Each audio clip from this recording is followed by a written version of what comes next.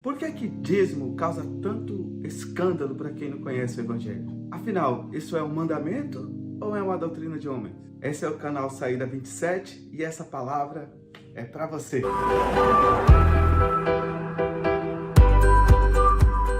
Bem, pessoal, hoje a gente vai falar um pouco de dízimo, sobre dinheiro dentro da igreja e por que que hoje tanta gente envolvida com tanto escândalo. Por que que a gente dá dízimo na igreja ainda buscando algo de Deus na parte financeira, sendo dizimista ou sendo ofertante? E quem está fora tá vendo toda essa situação e diz assim: nossa, olha só, esses enganadores estão enganando o povo de Deus aí, tirando proveito, né? Bem, pessoal, eu queria dividir com vocês hoje esse pensamento para a gente poder mais ou menos esclarecer, à luz da Bíblia, o que a Bíblia diz sobre isso. Fatos históricos na Bíblia: o povo dava as primícias do campo ou dava frutos do campo para haver mantimento na casa de Deus, aí na época de Moisés até a época de Jesus. Toda essa parte da Bíblia, da história, não tinha todo esse sistema econômico como a gente vê hoje, né? Com dinheiro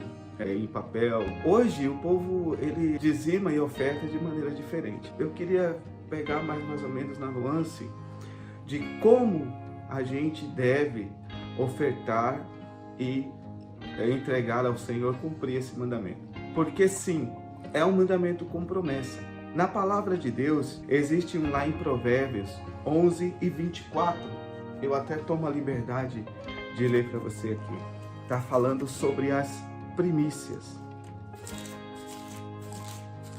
Uma hora depois. Aqui está falando, aqui em Provérbios 11, 24, está falando sobre a questão das primícias. Diz assim: alguns aqui espalham e ainda lhes acrescenta mais, e outros que retêm mais do que é justo, mas é para a sua perda. Todas as vezes que a gente lê algo na Bíblia referente a ofertar na casa do Senhor, existe a promessa aí material da prosperidade. Aí você diz assim: mas como que eu sou ofertante e até hoje continuo esperando essa prosperidade material? Primeiramente, eu queria agora ler para vocês a passagem chave dessa mensagem de hoje, que está escrito aqui no livro de Atos 5, que fala sobre Ananias e Safira.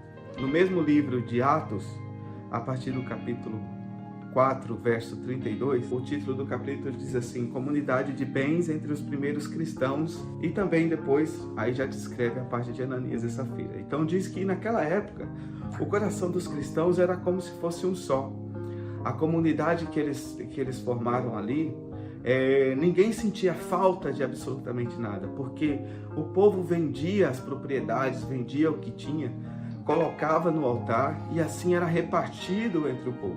Mais ou menos todos tinham suas partes iguais ali, seja de riqueza, seja de bens, seja de mantimentos. Não vou entrar nesse mérito, mas isso mais ou menos é o socialismo. Você tem a distribuição de renda entre a população e o Estado como aquele que divide essa renda. No caso, o Estado aqui era representado pelos discípulos. A palavra era pregada de forma muito poderosa, né? Se você ler ali a partir do verso 4, no capítulo 4, versículo 32 de Atos, você vê que a mensagem da ressurreição de Cristo era pregada de uma forma muito poderosa ali no meio do povo de Deus. Porém, a gente sabe que o coração do homem é corrupto. E a Bíblia traz aí o exemplo de Ananias e Safira. Mas um certo varão chamado Ananias, com Safira, sua mulher, vendeu uma propriedade e reteve parte do preço, sabendo também sua mulher. E levando uma parte, a depositou aos pés dos apóstolos. Disse então Pedro: Ananias, por que encheu Satanás o teu coração, para que mentisse ao Espírito Santo e retivesse parte do preço da herdade? Guardando-a, não ficaria para ti? E vendida, não estava em teu poder? Por que formaste esse desígnio em teu coração? Não mentisses aos homens, mas a Deus. E Ananias, ouvindo essas palavras, caiu e expirou. E um grande temor veio sobre todos os que ouviram. E levantando-se os mancebos, cobriram o morto, e transportando-o para fora, o sepultaram. E passando um espaço quase de 3 horas, entrou também sua mulher, não sabendo o que havia acontecido. E disse-lhe Pedro: dize-me, vendestes, portanto, aquela herdade? E ela disse: sim, portanto. Então Pedro disse: por que é que entre vós vos concertastes para tentar o Espírito do Senhor? Eis aí a porta aos pés do que sepultaram teu marido, e também levarão a ti. E logo caiu aos pés e expirou. E entrando os mancebos, acharam-na morta e sepultaram junto ao seu marido. Bem, pessoal, é muito forte essa passagem, né? Mas é pra gente... O que eu quero explicar com isso é que Ananias e Safira, eles tinham aquela propriedade, venderam aquela propriedade por um determinado valor. E aí combinaram eles dois, dizendo assim: olha, como a gente faz parte aqui da comunidade e essa propriedade foi muito cara, nós vamos dizer a Pedro que a gente vendeu por 5. Os outros 5 a gente guarda. Tá bom? Tá bom. Aí sai ele primeiro, vai em direção a Pedro e vai colocar a oferta e diz assim: olha, a gente tinha aquela propriedade lá, vendemos por 5, tá aqui o valor que a gente vendeu. Naquele momento, Pedro fala para ele: mas por que você está fazendo isso? Por que você está mentindo? Se você vendeu a propriedade, já não era sua. Então, por causa dessa mentira, o Espírito de Deus agora pesa sobre você. E ele caiu e expirou. Foi pela mentira, foi pela corrupção do coração dele. Meus amados irmãos, agora essa é a chave do que eu quero dizer para vocês sobre a questão das ofertas e dos dízimos e daquilo que o Senhor coloca no seu coração para ofertar diante do Senhor. Quando você vai ofertar, você tem que ofertar com alegria. Deus ama quem dá com alegria, quem dá testemunho de que o dinheiro não prende, não reina sobre ele, que ele tem essa liberalidade de entregar no altar do Senhor. Então, a corrupção no nosso coração, na busca ou pelo que é material, ou o amor àquilo que é material, é aquilo que faz com que a nossa vida se torne cada dia mais difícil. Porque o Senhor não está interessado naquilo que você tem. O Senhor não está interessado qual é o valor que você coloca dentro da igreja. Em Malaquias 3, versículo 8, diz que a gente rouba a Deus de uma só forma, nos dízimos e nas ofertas. Quando a gente mente, né?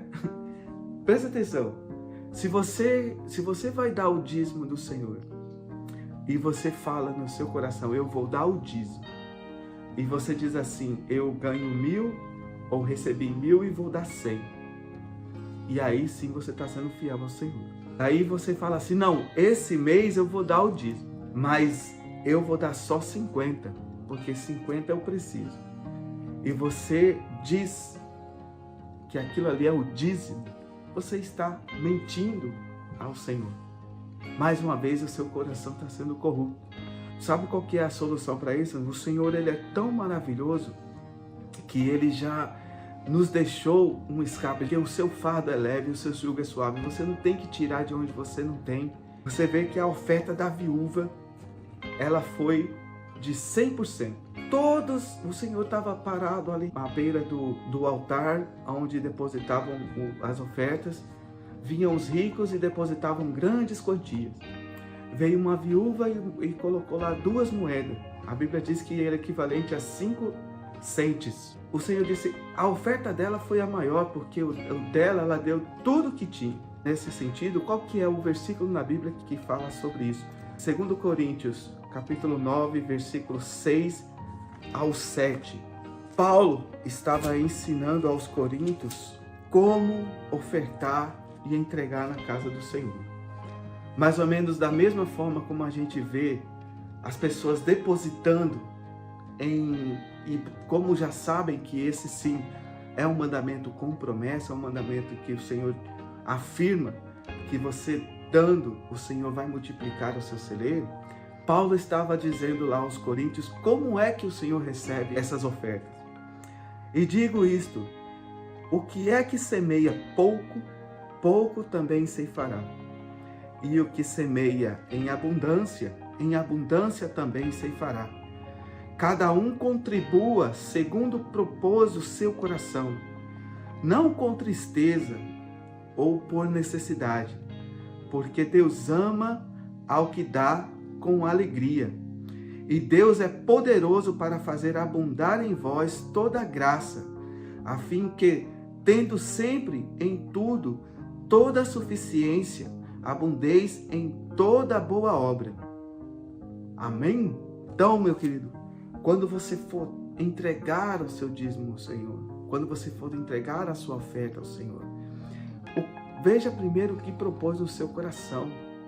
Eu dou testemunho a você que antes de entregar ao Senhor, eu primeiro oro a Deus. Não é ajoelhando assim, ai meu Deus, por favor, quanto que é que eu... Não.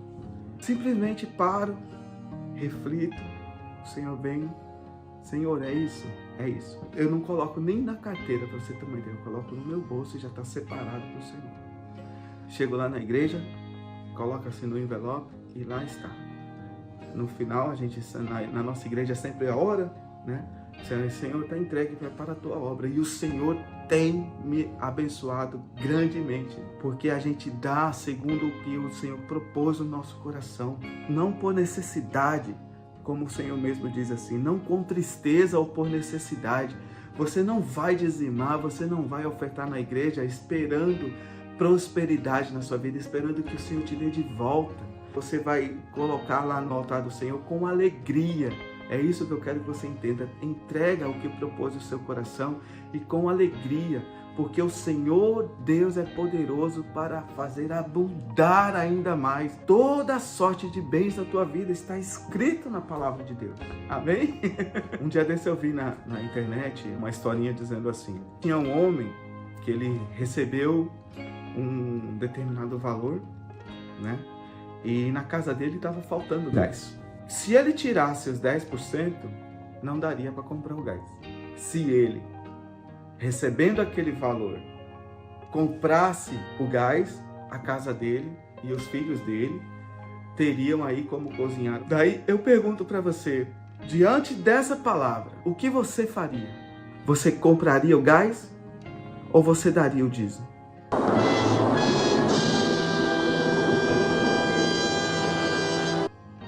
Presta atenção. O Senhor Deus, Ele é fiel. Não é para dar por necessidade. Não é para dar com tristeza.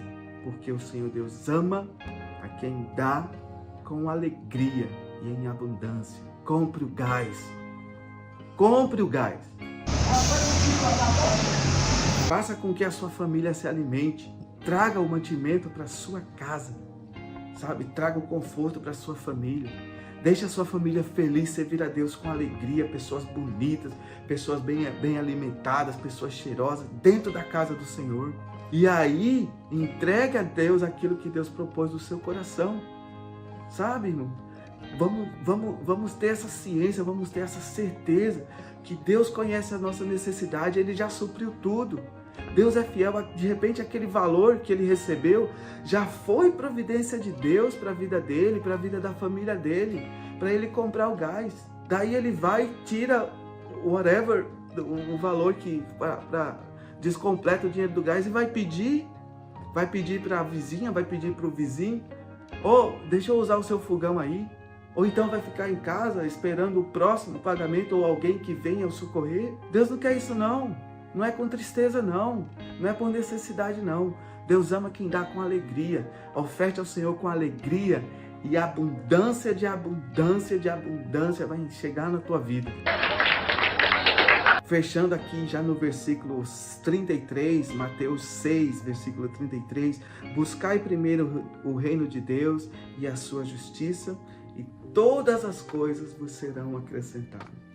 Que Deus abençoe a sua vida, que Deus tome cuidado de você, que Deus coloque em você um coração puro, um pensamento limpo, para ofertar na casa do Senhor, não buscando riqueza, não buscando prosperidade material, não buscando aquilo que as traças e os ladrões podem roubar, mas buscando ao Deus eterno, ao seu reino, a sua justiça, e aguardando no Senhor, que já nos mantém em toda a nossa necessidade. Amém? Se você viu essa mensagem até aqui, curta, compartilhe e comente, se inscreva no canal.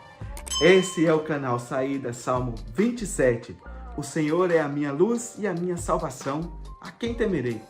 O Senhor é a força da minha vida, de quem me recearei? Deus abençoe você.